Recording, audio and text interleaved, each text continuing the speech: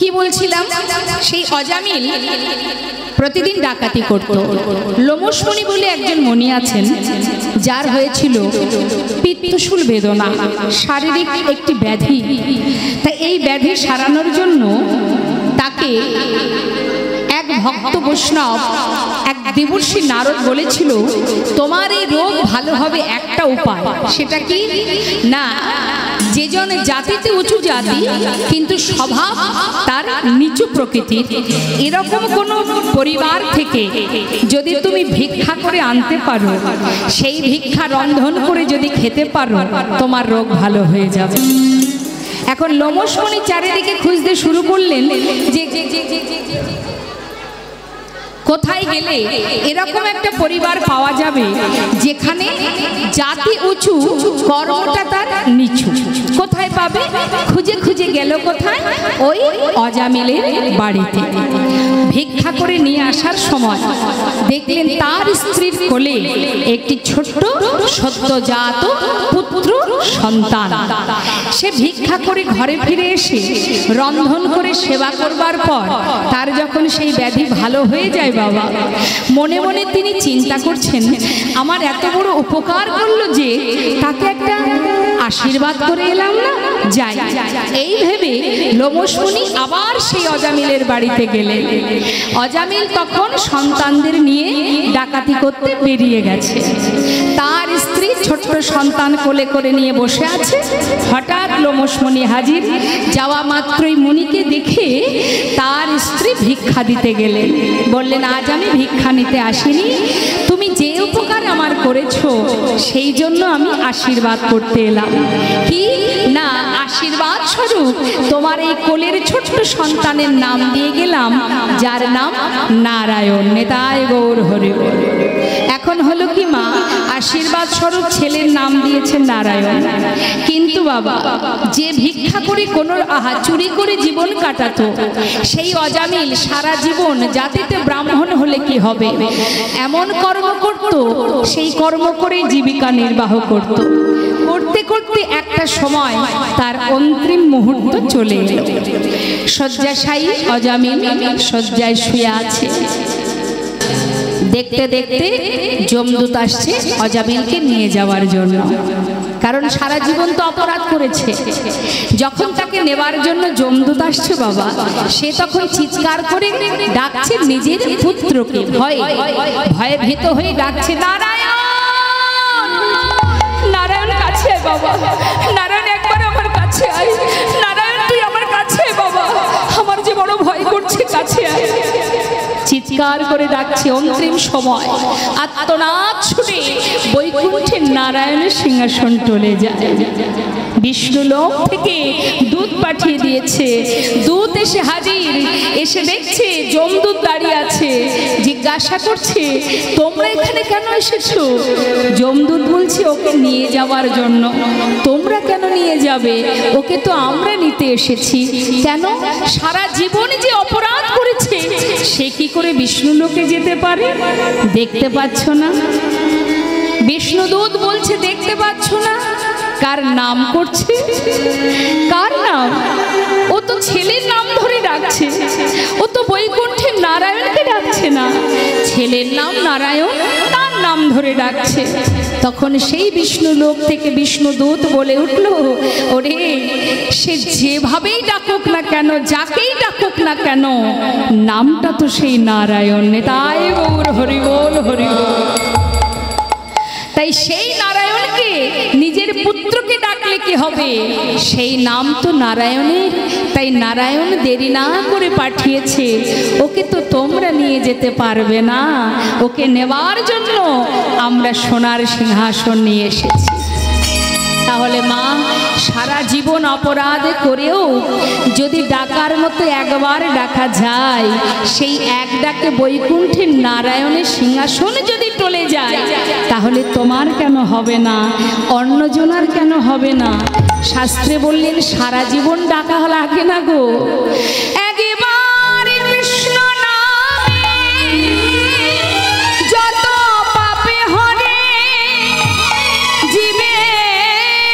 সাধ্য নাই জীবিত পাপে করে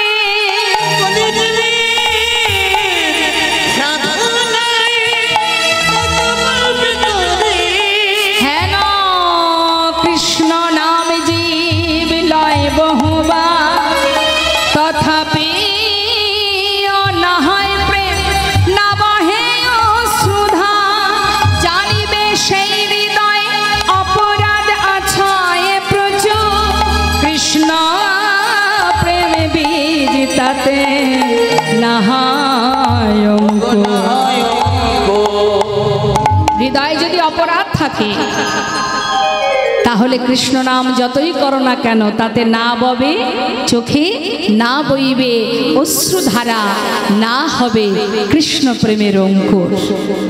অপরাধ দূরীভূত যখন হবে, আমি মুখে কৃষ্ণ নাম করব, ভিতরে যদি আমার হিংসা কালিমা পোড়া থাকে, হবে? কারোর ভালো চাইব না, সর্বদাই দেখব কার কিছু উন্নতি হলো, আমার কেন হলো না। এই হিংসা মনোভাব নিয়ে যদি আমি ভগবানের সেবা করি, লাভ হবে কিছু মা? কোনো লাভ নেই। তোমার যদি 100 টাকা থাকে, তুমি 100 টাকা ভগবানের সেবায় দাও, কিন্তু ভক্তি ভরে সেবা দাও। কে কি করলো না করলো সেদিকে দেখলে হবে না। কাউকে যদি আমি মনে করি যে দেখাবার জন্য, বর্তমান দেখবেন অনেক জায়গায় হচ্ছে এখন বাবা, প্রতিযোগিতা চলছে, ধর্মীয় কাজ নিয়েও প্রতিযোগিতা। এ যদি 5 লাখ খরচ করে, আর একজন বলে আমি তোকে দেখিয়ে দেব 10 লাখ খরচ করে, ওই দেখা দেখি সার হবে, কিন্তু বাবা এতটুকু কৃষ্ণ প্রেম উদয় হবে না। নিতাই গৌর হরি বল। তাই তোমার যেমন আছে তুমি দুঃখ পেও না, যতটুকু আছে সেইটুকুই সেবা দাও না। যদি তুমি ভক্তি ভরেও সেবা দাও, তা তোমার দেওয়া 2টো নকুল দানাও ভগবান সেবা করে, যদি তাতে প্রেম থাকে, যদি ভালোবাসা থাকে। পাণ্ডিত্য দিয়ে, অর্থ দিয়ে কখনো ভগবানকে পাওয়া যায় না। তাকে পেতে গেলে সরল সুবুদ্ধি আর শুদ্ধ প্রেম, হিংসা নয়। হিংসা ছিল কার? মহাভারতে। যেখানে হিংসা ছিল সেখানে গোবিন্দ ছিলেন, ছিল কার? দুর্যোধনের, তাই না মা? ছিল না কার? পঞ্চপাণ্ডবের। জীবনে যত আঘাতই পেয়েছে সব কিছু সয়ে গেছে। দুঃখ দিলেও দুঃখ নেই, আবার সুখ দিলেও দুঃখ নেই। নামাচার্য ছিল ঠাকুর হরিদাস। একবার ভেবে দেখুন, এইগুলোই আমাদের লীলা কথার মধ্যে আস্বাদন করতে হয়। লীলা তো আমরা সবাই শুনবো, কিন্তু সেখান থেকে কিছু আমাদের পেতে হবে। শুধু শুনে এখানকার কথা এখানে রেখে চলে গেলে হবে না। কিছু যদি নিতে না পারি, তাহলে আমাদের চিত্ত শুদ্ধ হবে কি করে? হরিদাস ঠাকুরের অঙ্গে যখন চাবুক পড়ছে মা, বলুন দেখি, কেউ ছিল তার পাশে তাকে রক্ষা করার? হাজার হাজার চাবুকের আঘাত। অপরাধ কি ছিল? কৃষ্ণ নাম বদনে গাইত। তাহলে ভগবানকে ভালোবাসতে যদি এতই কষ্ট পেতে হয়, কেউ ভগবানকে ভালোবাসবে?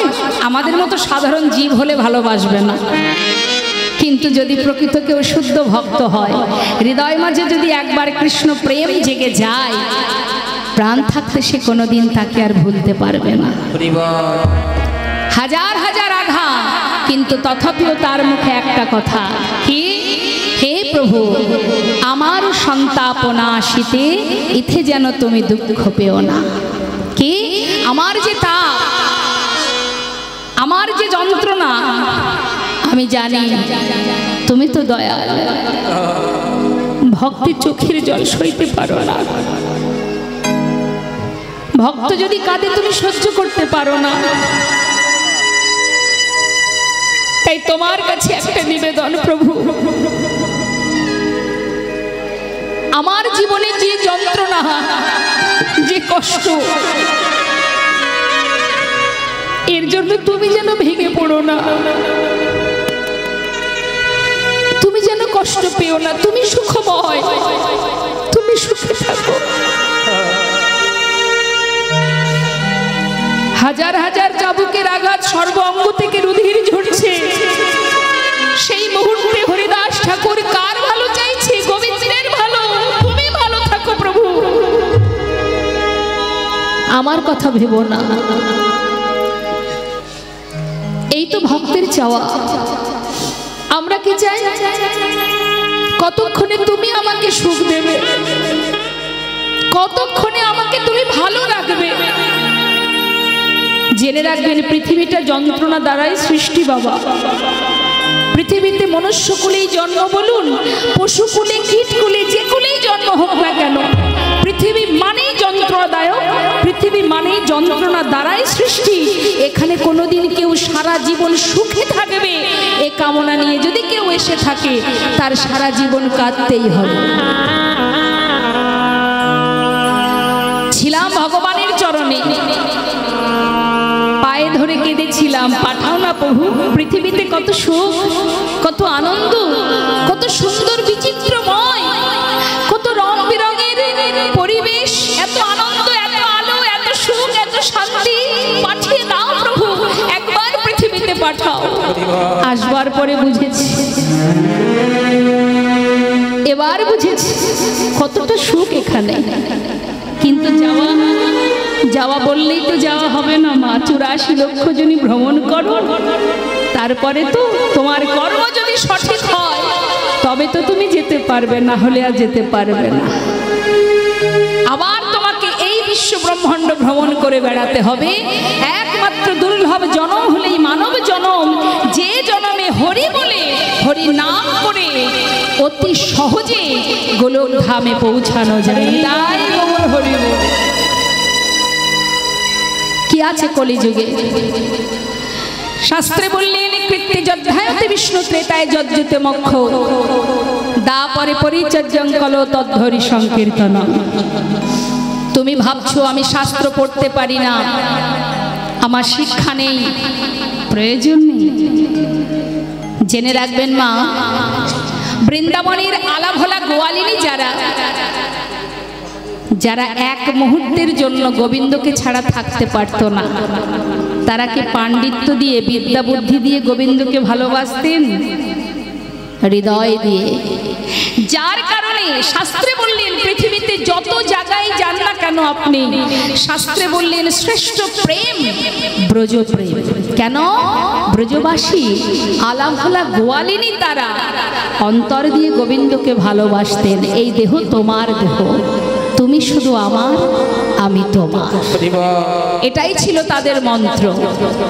কি? আজ থেকে আমি তোমার, তুমি আমার, আর কিছু না। তাই তো রাম ভক্ত তুলসী দাস তিনি কত সুন্দর বলছেন, আমরা একটু মন দেব কথার মধ্যে। কি বলছে? বলছে, একবার নিজেকে জিজ্ঞাসা করো, কে তুমি? তুমি এসেছো কোথা থেকে? কি তোমার করণীয়? কি বলছে? মন কি তরঙ্গ কো মার লো, বস হো গয়া ভজন। মানে মন কি তরঙ্গ কো মার লো, মানে বলছে মনের চঞ্চলতাকে স্থির করো। আমরা বড় চঞ্চল, আমাদের মনে স্থির কি বাবা? সর্বদাই চঞ্চল মা। তা মনকে যত সময় আমরা স্থির না করব, তত সময় আমি আমাকে চিনতে পারবো না, তাই না? আর কি বলছে? আদত বুরি সুধার লো, বস হো গয়া ভজন। আদত বুরি সুধার, আদত মানে খারাপ যত চিন্তা ভাবনা আছে, বুড়ি মানে খারাপ, যত রকমের খারাপ আমাদের ভাবনা চিন্তা আছে সেগুলোকে শুধরে নাও। খারাপ যে অভ্যাস সেগুলোকে যেদিন আমরা শুধরাতে পারবো, সেই দিনই বাস হো গয়া ভজন, আমাদের ভজনের পথ আমরা খুঁজে পাবো। রাম ভক্ত তুলসী দাস আরো বলছেন, আয়ে হো তুম কাহা সে और जाओगे कहाँ, इतना दिल विचार लो, बस हो गया भजन। কোথা থেকে এসেছি, কোথায় যাব? যেদিন আমি আমাকে চিনতে পারবো, সেদিন আমি আমার গোবিন্দকে চিনতে পারবো। আগে নিজেকে চিনতে হবে, আমি কে? আমি মানে কি? হরে কৃষ্ণ। আমি মানে কোনটা বলুন? এই দেহটা কি আমি বাবা? না, খুব গভীরভাবে বুঝতে হবে কথাগুলো মা। এই দেহটা কিন্তু আমি নই, এটা আমার দেহ, তাই তো বলি। দেহটা তো আর আমি নই, হাত পা চোখ কান এগুলো তো আর আমি নই। আমার হাত, আমার পা, আমার চোখ, আমার দেহটা আমার। তাহলে আমি কোথায়? এই দেহের মধ্যে আমি কোথায় আছি? আমি মানে কি? দেখা যায় যার কোনো রং নেই, যার কোনো মৃত্যু নেই, শ্বাস, সূক্ষ্ম আত্মা, যে হলো আমি। শ্বাস আছে, আমি আছি। যেদিন আমি থাকবো না, এই দেহটা থাকবে, আমি চলে যাব। নিতাই গৌর হরি বল, হরি বল। তাহলে পৃথিবীতে আমার বলতে সবই আছে, কিন্তু আমি কখন চলে যাব কেউ জানে না। বৈষ্ণব মহাজন বললেন, ওরে জীব, যাদেরকে আপন করে বসে আছো তারা কিন্তু তোমার আপন নয়। কাতব কান্তাকাস্তে পুত্র সংসারয় বতিব বিচিত্র, নলিনী জলগত তরলং তদ্বদতি সচত। কেউ কারো নয়। কিন্তু বাবা, সংসারের মধ্যে আমরা সবাই যাদেরকে নিয়ে জীবনযাপন করছি, এটা একটা বিচিত্র নাট্যমঞ্চ, অভিনয় মঞ্চ। একটার পর একটা একই ব্যক্তি পরপর কতগুলো অভিনয় করছি আমরা। কখনো কারোর কন্যা ছিলাম, কখনো কারোর স্ত্রী হলাম, কখনো কারোর মা হলাম। একটার পর একটা অভিনয় চলছে, কিন্তু এই অভিনয় তো শেষ হবে, আবার আমাদের ফিরে যেতে হবে। আর যখন আমি ফিরে যাব, সেখানে গিয়ে বিচার সভায় বিচার দিতে হবে, মনুষ্যকুলে জন্ম পেয়ে করেছোটা কি? হরি বলেছ, সেবা দিয়েছ, হাত পেয়েছ, বলবার শক্তি পেয়েছ, দেখবার নয়ন পেয়েছ, ধরে রাখার হৃদয় পেয়েছ, কি করেছ? সেই কথা চিন্তা করেই আমাদের উচিত সাধু গুরু বৈষ্ণবের সঙ্গ করো, বদনে হরি নাম জপ করো, কৃষ্ণ নাম করো। মহাজন বললেন, অপবিত্র পবিত্র বা সর্ববস্তাঙ্গত পেবা যশরি পুণ্ডরিকাক্ষ সবার অভ্যন্তর সূচি। যখনই হরিকে স্মরণ করবেন, সঙ্গে সঙ্গে ভিতর বাহির আপনার পবিত্র হয়ে যাবে। আলাদা করে শুদ্ধ বসন করব তবে ভগবানের নাম করব, এরকম কোনো নিয়ম নেই। যখনই বদনে হরিকে উচ্চারণ করা হবে, তখনই ভিতর বাহির পবিত্র হয়ে যাবে। তো আজ আমি বলবো, এই সুন্দর হরিবা আসরে সবাই মিলে আমরা একবার মহামন্ত্র জপ করব। দেখি সবাই মিলে একবার হাত তুলুন, জোরে জোরে গাইবেন। দেখুন, ঝুলন আজকে থেকে শুরু হয়েছে। এটা আমাদের একটা আনন্দের দিন, আবার সেই সঙ্গে একাদশী, দুয়ে মিলে একটা ভালো দিন, তাই তো? শুভ দিন। এখানে অনেক সাধুগুরু বৈষ্ণব আছে। সাধুগুরু বৈষ্ণব আপনি চিনবেন কি করে? যদি বলেন কোনটা সাধু, বুঝবো কি করে? হরি বল। বাবা দেখুন মা, যেখানে ফুটবল খেলা হয়, যারা খেলা ভালোবাসে তারা সেই ময়দানে চলে যায়, তাই তো? যারা ফাংশন ভালোবাসে, হাঙ্গামা যেখানে হয়, দল বেঁধে দেখবেন হাঙ্গামার ভক্ত যারা, সেখানে হাঙ্গামা করতে চলে যায়। আর যারা হরিকে ভালোবাসে তারাই আসে হরিবা আসরে। নিতাই গৌর হরি বল, হরি বল। সে 5 মিনিট হোক, হয়তো বিশেষ কারণবশত তার বেশি সময় শোনা হয় না, 5 মিনিট দাঁড়িয়ে শুনুক আর 2 ঘন্টায় দাঁড়িয়ে শুনুক, যেই আসে হরিবাসরে, হরিকে ভালো না বাসলে সে কোনোদিন এই হরিবাসরে আসবে না। আর সেখান থেকে প্রমাণ হয়, এখানে যে সকল ভক্তরা আপনারা বসে আছেন তারাই প্রকৃত শুদ্ধ ভক্ত। নিতাই গৌর হরি বল, হরি বল। তাই আপনাদের ভালোবাসা মাথায় নিয়ে নাম করব, প্রভুর নাম। আপনারা সবাই মিলে হরি নাম গাইবেন।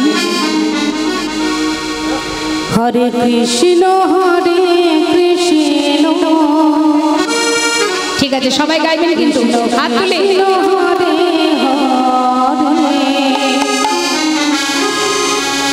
হরে তালে তালে। হরে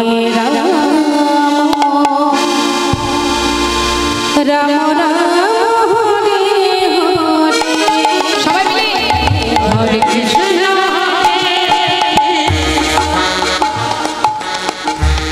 একটু জোরে বলুন,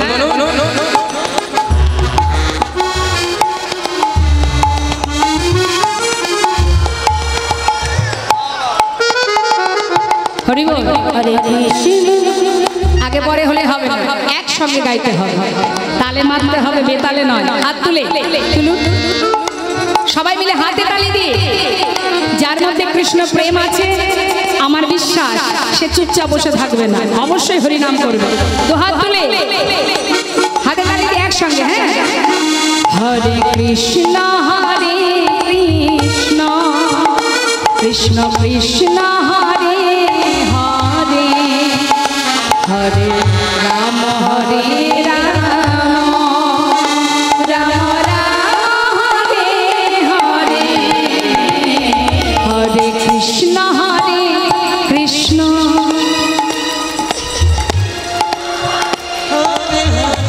বাবা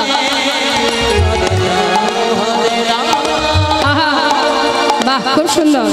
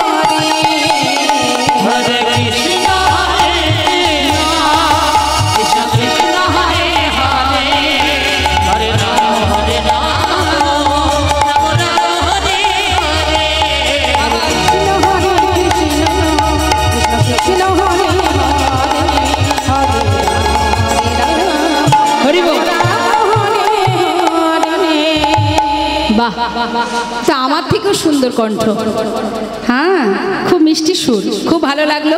আবারও আমরা গাইবো। তো কি বলছেন মা?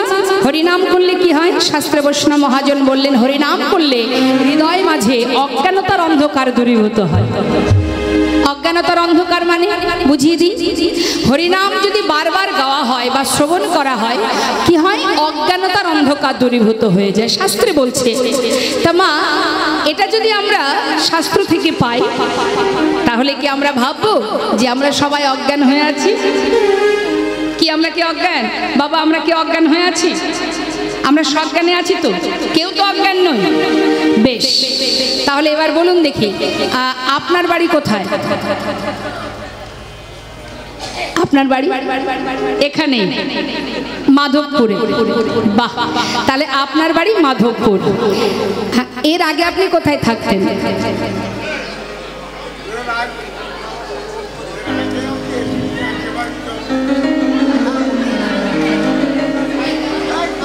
দেখুন, আমরা অজ্ঞানে না সজ্ঞানে এখানে প্রমাণ হয়ে যাবে। তাহলে এখন মাধবপুরে আছি, এর আগে কোথায় ছিলাম জানি না। যখন মারা যাবেন তখন কি মাধবপুরেই থাকবেন? জানি না কোথায় থাকবো, তাই তো? তাহলে আমরা যদি আমাদের কেউ ঠিকানা জিজ্ঞাসা করে, আমরা বলে দিই এটা আমার ঠিকানা, তাই তো? কিন্তু সেটা কি সত্যিই আমার ঠিকানা? এ তো দুদিনের ঠিকানা। দেখতে তো পাচ্ছেন কি অবস্থা চারিদিকে। কখন কে চলে যাব বাবা। আসার সময় সবাই এসেছিলাম, যাবার লাইনে সবাই দাঁড়িয়ে আছে, এখন শুধু যাবার পালা মা। কখন যে কাকে ডেকে নেবে কেউ জানে না। তাহলে যেখানে যাব সেটাই তো আমার ঠিকানা। এটা আমার ঠিকানা হবে কি করে? এখানে আমাদের আশা কেন বাবা? কথা দিয়েছিলাম আর চেয়েছিলাম, পায়ে ধরে কেঁদেছিলাম যে মানবকুলে জন্ম দাও, মনুষ্যকুলে জন্ম দাও, ভবে গিয়ে তোমার নাম গুণগুণ কীর্তন করব। তাই পেয়েছি। কৃষ্ণ ভজিবার তরে সংসারে আইনু, মিছে মায়ায় বদ্ধ হয়ে বৃক্ষ সম হইন। তাহলে এসেছিলাম কেন? কৃষ্ণ ভজন করব বলে। সে তো আর হলো না। হলো কি? ভগবানের দাস না হয়ে হলাম সবাই মায়ার দাস। তাই প্রকৃত আমরা আমরা সবাই জ্ঞান শূন্য হয়ে অজ্ঞান হয়ে পড়ে আছি। প্রকৃত জ্ঞান তখনই হবে যখন তুমি হরিকে ভালোবাসতে পারবে না। তাই তাই বলছে হরিনাম করলে জীবের অজ্ঞানতার অন্ধকার দূরীভূত হয়, হৃদয় মাঝে কৃষ্ণ প্রেমের উদয় হয়। তাই বৈষ্ণব মহাজন বললেন, জীবের দ্বারে দ্বারে হরিনাম দাও, হরিনাম দ্বারাই কলিহত জীবের উদ্ধার। এ তৃণ ভুবনে আনন্দে ভরিল, এ তৃণ ভুবনে আনন্দে ভরিল, উঠিল মঙ্গল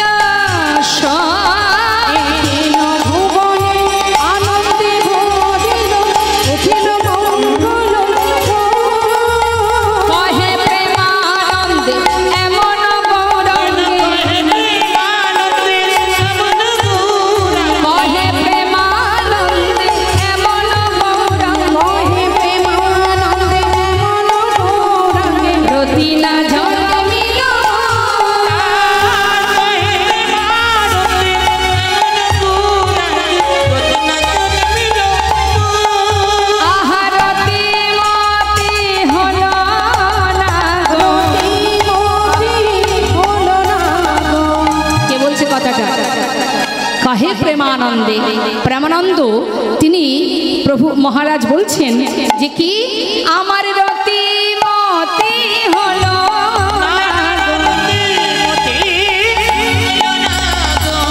যিনি এত সুন্দর পদ লিখেছেন তিনি বলছেন আমার রতিমতি হলো না।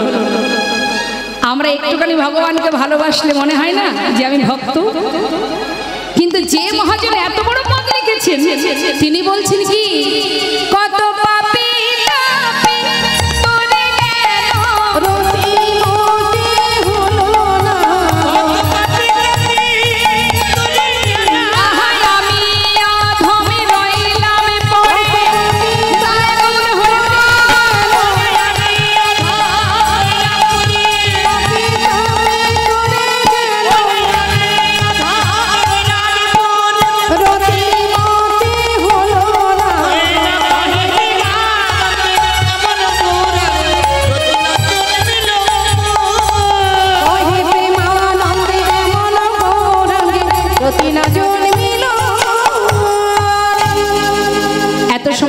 কথা শুনলাম গৌর চন্দ্রিকার মধ্যে দিয়ে।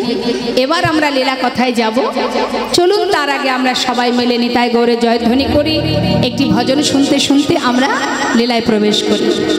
আসার সময় এক বোনের আবদার ছিল একটি ভজন শুনবে, গৌরের ভজন। তো সেই ভজনটা গাইতে গাইতেই আমরা নবদ্বীপ লীলায় প্রবেশ করব। কেমন? জয় রাধেশ্যাম, জয় নিতাই, জয় গৌর। সুরধ্বনির কিনারা সোনার নূপুর দিয়া নাচিলা গরি গো সুন্দর গৌরাঙ্গরা।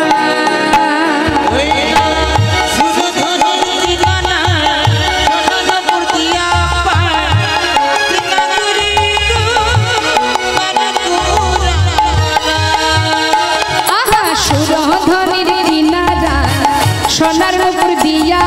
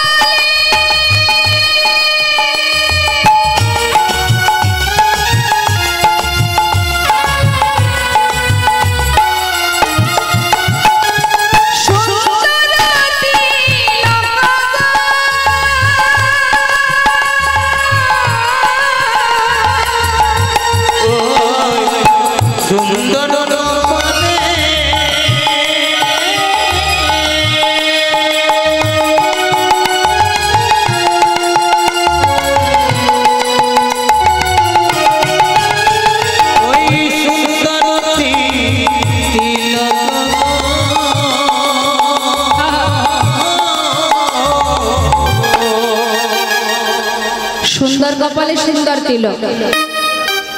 আমরা কখনো কখনো ভাবি আমি মনে হয় বেশি সুন্দর, আমরা সবাই ভাবি, তাই না মা? কিন্তু যে রূপ দেখলে ত্রিভুবন ভুলে যায় সেই তো প্রকৃত রূপ। যার মধ্যে না আছে দামি অলংকার, না আছে দামি কোনো বসন, আছে গৌরহরির অঙ্গে।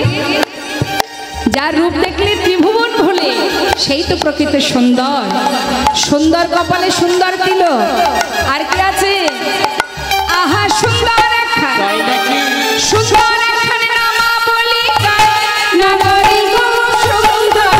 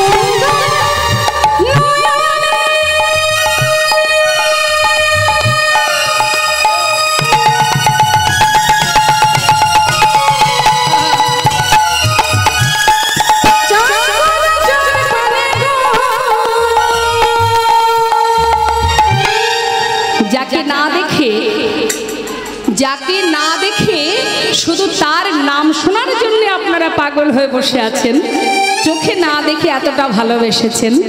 আর সে যদি স্বয়ং কারোর দিকে দৃষ্টি দেয়, সে যদি কারোর দিকে তাকায়, সুন্দর নয়নে চাই গোরা যার পানে, একবার যদি প্রভু তাকায়, তার কি হবে বাবা? সে কি আর ঘরে যেতে পারবে মা? ও তার দেহ ছাইরা, এই দেহ ছাইরা মনটা লইয়া যায় না গরি গো সুন্দর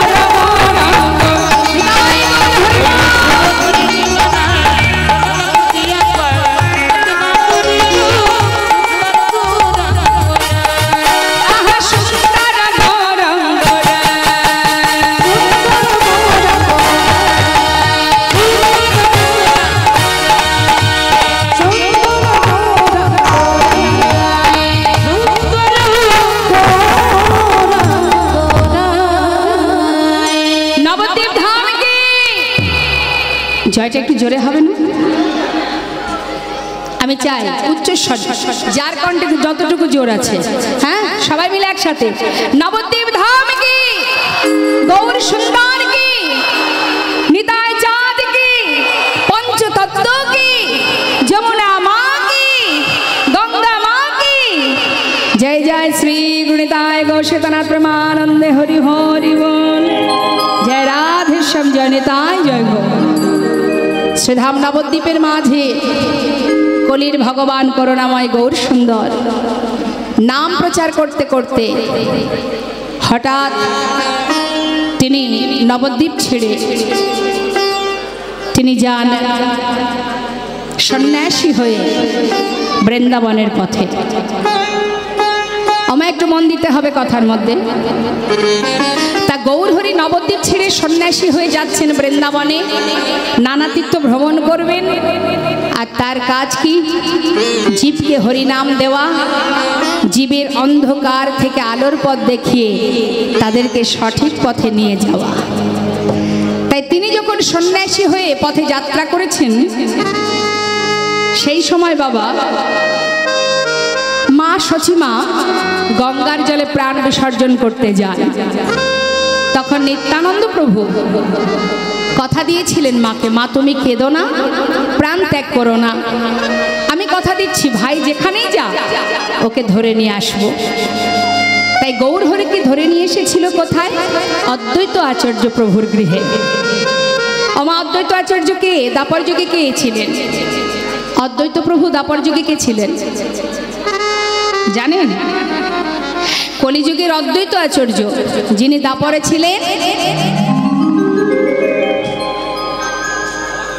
একদম। ওমা মনটা কোন দিকে? বললাম, আগেই বলেছি মন বড় চঞ্চল। এই মনে কি কৃষ্ণ ভজন হবে? খাওয়ার দিকে মন। নিতাই গৌর হরি হরি। অবশ্যই ভাগ্যে যদি প্রসাদ থাকে নিশ্চয়ই পাবেন, তার জন্য মনটাকে চঞ্চল করে লাভ নেই। কথাটা মন দেবেন। অদ্বৈত আচার্য প্রভু হচ্ছেন যিনি ছিলেন দাপর যুগে দেবাদিদেব মহাদেব। এই কলিযুগে হয়েছে অদ্বৈত আচার্য।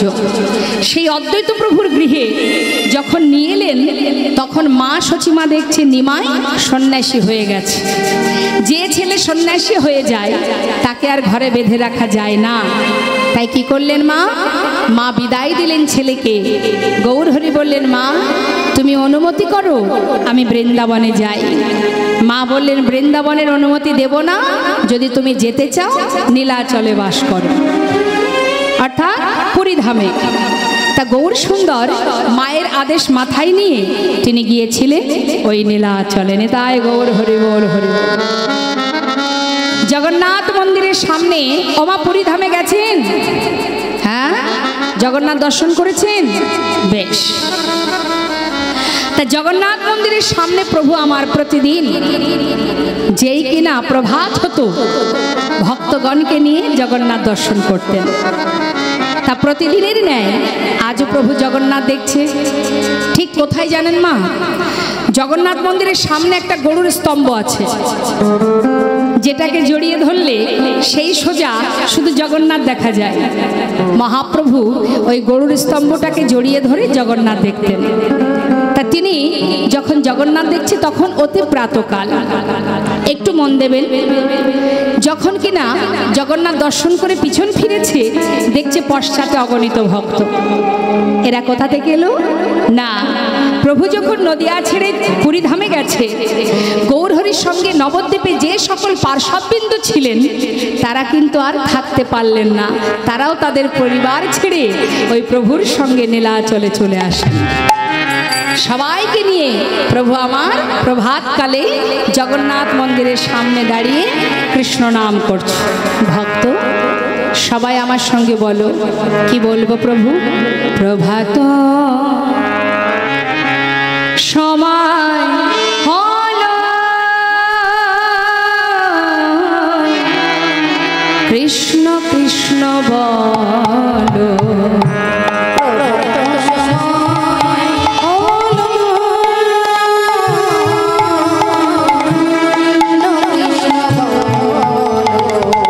প্রভাত সময় হলো কৃষ্ণ কৃষ্ণ বলো।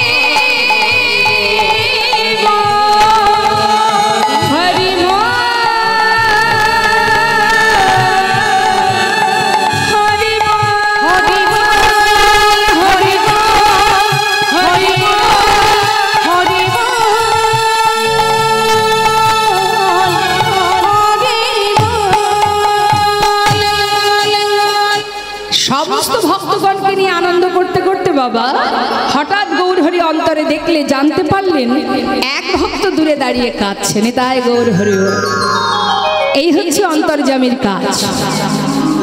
যিনি অন্তর্যামী হয় তার আর কিছু জানতে বাকি থাকে না। আমরা মানুষের চোখের ফাঁকি দিয়ে অনেক অন্যায় করি, অনেক পাপ কাজ করি, কিন্তু জেনে রাখুন মানুষের চোখের ফাঁকি দিয়ে অনেক অন্যায় করা যায়, কিন্তু তার ফাঁকি কেউ দিতে পারবে না। এত এত ভক্তের মধ্যে কার মধ্যে কি চলছে আমরা কি বলতে পারবো? তিনি বলতে পারবেন, যিনি এখানে আছেন। প্রভু আমার সবাইকে নিয়ে আনন্দ করতে করতে হঠাৎ সেই ভক্ত যে দূরে দাঁড়িয়ে কাঁদছে তার কাছে গিয়ে দাঁড়ালেন, জিজ্ঞাসা করলেন, কে তুমি? আমার নাম গোবিন্দ ঘোষ। কোথা থেকে এসেছো? অগ্রদ্বীপ থেকে। ওমা, অগ্রদ্বীপটা কোথায় জানেন? শুনুন তাহলে। নবদ্বীপ থেকে যদি আপনি কাটোয়ায় যান, বর্ধমানের দিকে যান, নবদ্বীপ ছেড়ে কাটোয়ার দিকে গেলেই মাঝখানে পড়ে এই অগ্রদ্বীপ। এই অগ্রদ্বীপ থেকে এক ভক্ত গেছে পুরীধামে। কেন না? গৌরহরির সঙ্গ পাবে বলে। হরি বল। সর্বস্ব ত্যাগ করে চলে গেছে বাবা। এই তো হচ্ছে প্রকৃত ভক্ত।